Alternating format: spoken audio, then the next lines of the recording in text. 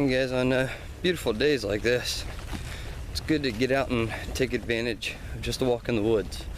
Not necessarily camping, just going on simple day hikes, do a little exploring, look at animal tracks, look at plants, trees, just enjoy creation.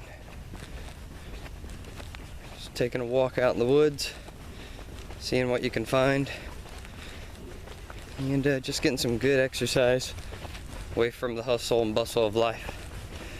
Especially here in the DFW area, there is so much going on with the whole rat race, trying to make a living, career, name for yourself of some degree,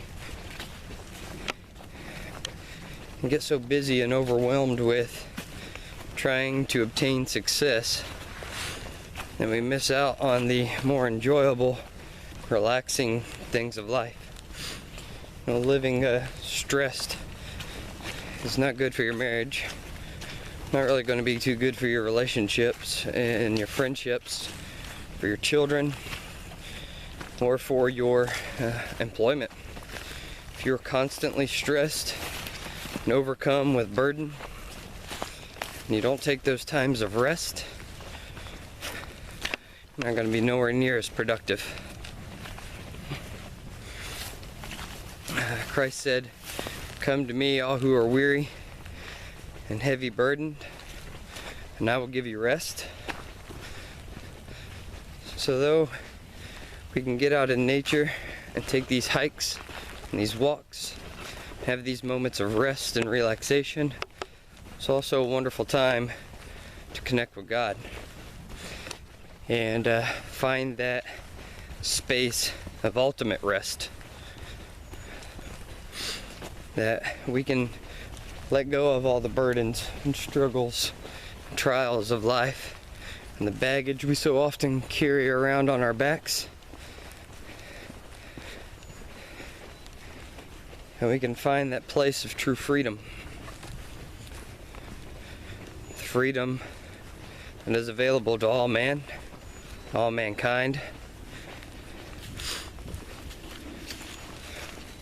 The freedom of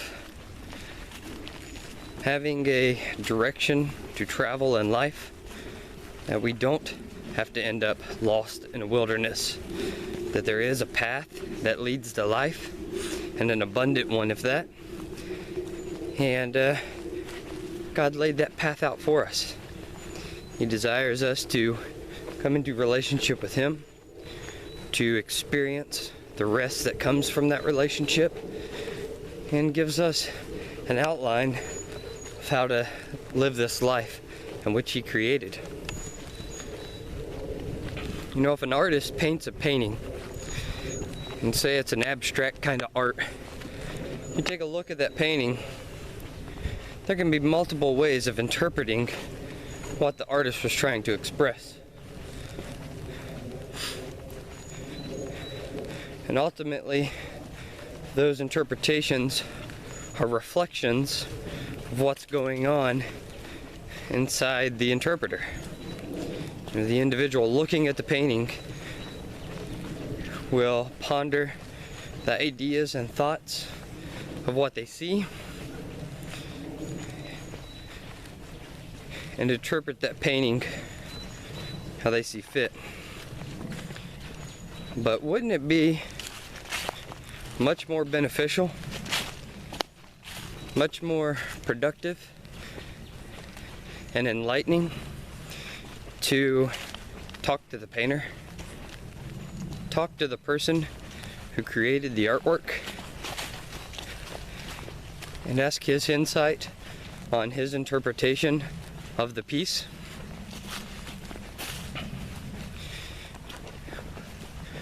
We have that. In Genesis, God declares that He created the heavens, the earth, everything you see here. He created all of mankind. He created the animals,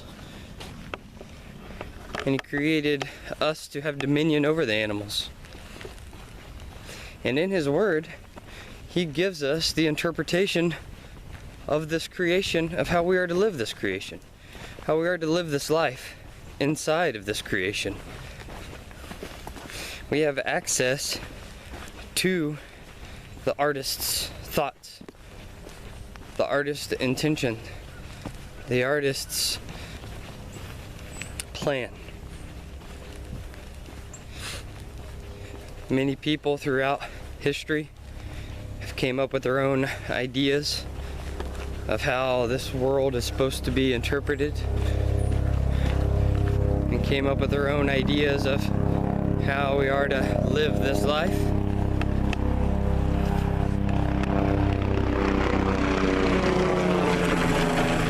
But oftentimes fall short. We live in a generation where suicide is quite high. Divorce is at an all-time high. There are more religions and ideas of thought now, more so than ever before. And if these ideas of thought were so freeing, then why do we have such a high divorce rate? Why do we have such a high suicide rate? Why do we have people enslaving other people still today? It's because these ideas, these interpretations of this creation are not the right ones. Christ said, I am the way, I am the truth, I am the life. No one comes to the Father except through me. Exclusivity, I believe is the word, exclusivity. That Christ says, I'm the only way. I'm the only way that you can find freedom from your burdens. I am the only way that can guide you into a freedom in this world. I am the only way to eternal life. There's ideas of karma and doing try to do good works so that you're reincarnated as in a better class than you were originally placed. So who's the judge of that karma? Who's the judge to say that you've done good enough to move up to the next class? Who's the judge to say you shouldn't be a worm or you should be a human?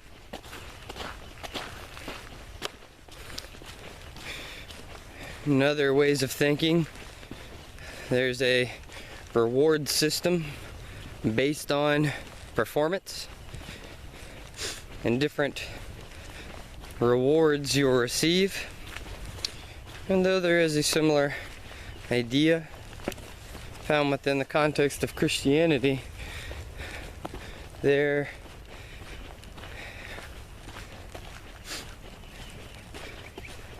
a false idea out there that really you're going to gain more or obtain more or get a better position once you reach whatever it is that you're calling your heavenly place. And this is all based on off of the work that you perform.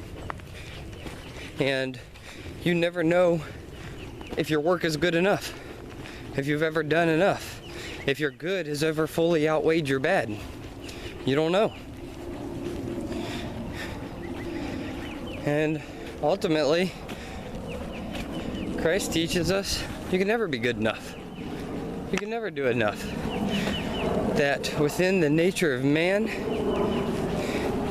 is the desire to sin, to live in a life separated with Christ.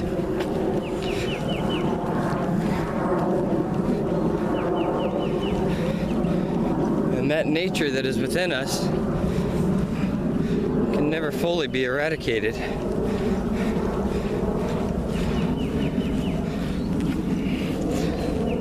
But our nature can be changed.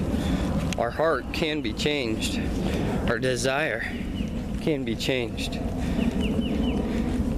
And that can only be done by the salvation work of the cross. Many religions understand the idea of sacrifice and atonement.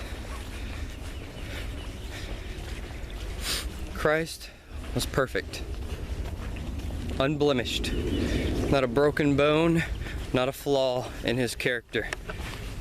He was the greatest teacher to walk this earth and the greatest man to ever live.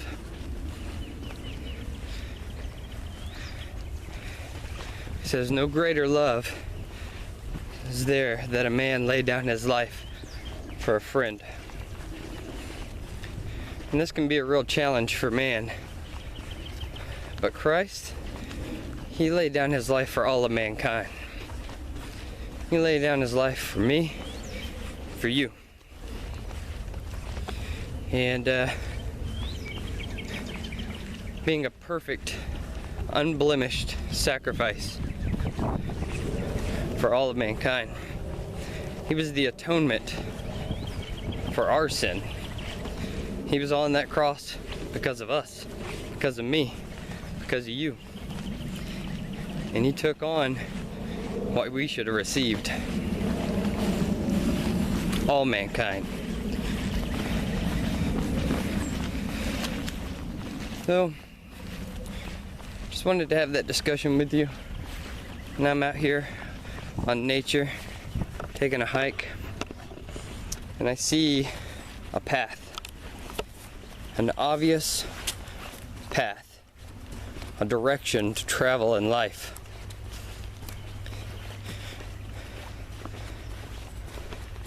A path, so to speak, has been lit up for me to see, to walk on, to make my travels lighter, to give me direction, to give me purpose. Can't help but think of the sacrifice of Christ for the direction and purpose he has given to all of mankind, for the path he has illuminated for us.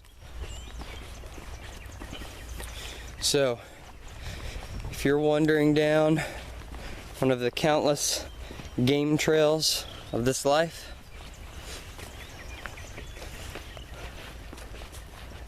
and you're not finding any direction or purpose, why don't you try Jesus? Why don't you try the right path? Path that says I'm the only way. Thanks for watching. God bless.